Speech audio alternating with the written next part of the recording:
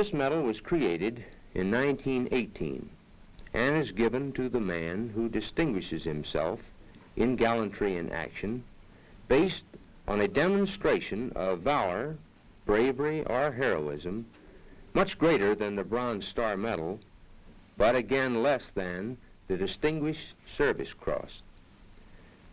The Distinguished Service Cross was created in 1918 and is given for extraordinary and outstanding acts of heroism and courage. And in order to get this particular medal, an individual must have risked his life. This is the nation's second highest award, and it is a wonderful award, but it is not as great as the Medal of Honor. The Congressional Medal of Honor is the medal of medals. It is truly the greatest award in the world. It parallels the famous English Victoria Cross and is given to individuals who display acts of heroism, bravery, all forms of heroism in the face of the enemy, and those far beyond the call of duty. I think it might be interesting to tell you a little something about this medal. It became apparent during the war between the states that some form of medal should be given for extraordinary heroism. Therefore, the Congress, by resolution in 1862 and approved by the President Lincoln at the time, adopted this medal. It was made retroactive for activities of certain forms of combat during the Civil War and during the certain Indian wars.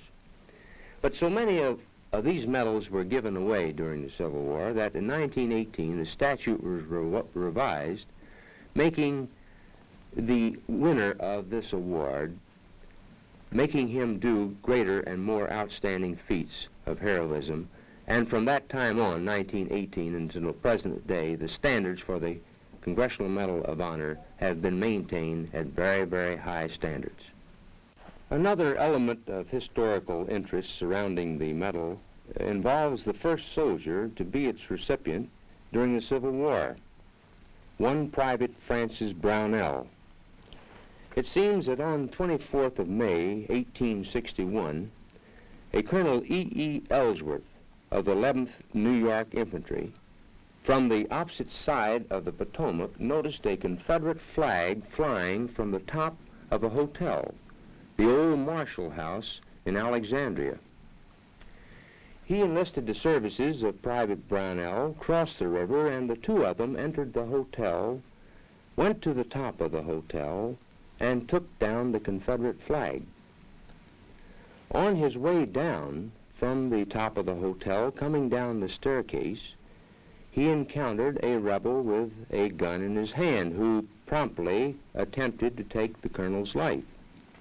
Private Brownell stepped in and attempted to preclude the man from shooting the colonel. However, he was unsuccessful. The man shot the colonel, and of course he died later on. In the fight that ensued, Brownell killed the rebel, and for the action in attempting to save the colonel's life by risking his own, was awarded the Congressional Medal of Honor. In regard to the medal, I have some interesting statistics about the rifleman and his connection with the Congressional Medal of Honor.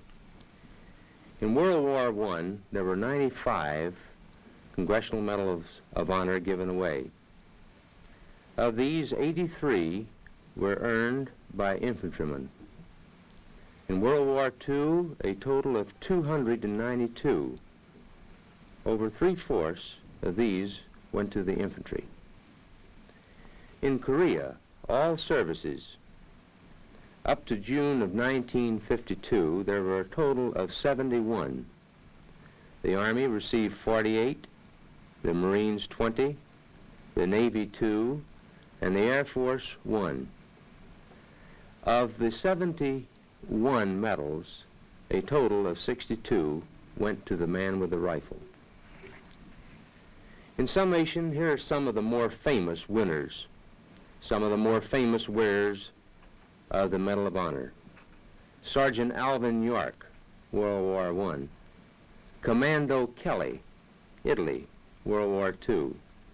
General MacArthur in Bataan, General Wainwright in Corregidor, Lieutenant Audie Murphy in France in World War II, and in Korea, Captain Ray Harvey. This brings to a close our program for today. But please look in again when we bring you the 82nd Airborne Division and an interview with a famous paratrooper. So until next week, this is Colonel Quinn speaking for the combat infantrymen who ask you to look twice at the man with the blue badge, for it's the mark of a man. The Big Picture is a weekly television report to the nation on the activities of the Army at home and overseas.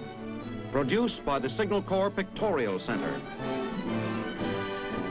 Presented by the U.S. Army in cooperation with this station. You can be an important part of the big picture. You can proudly serve with the best equipped, the best trained, the best fighting team in the world today, the United States Army.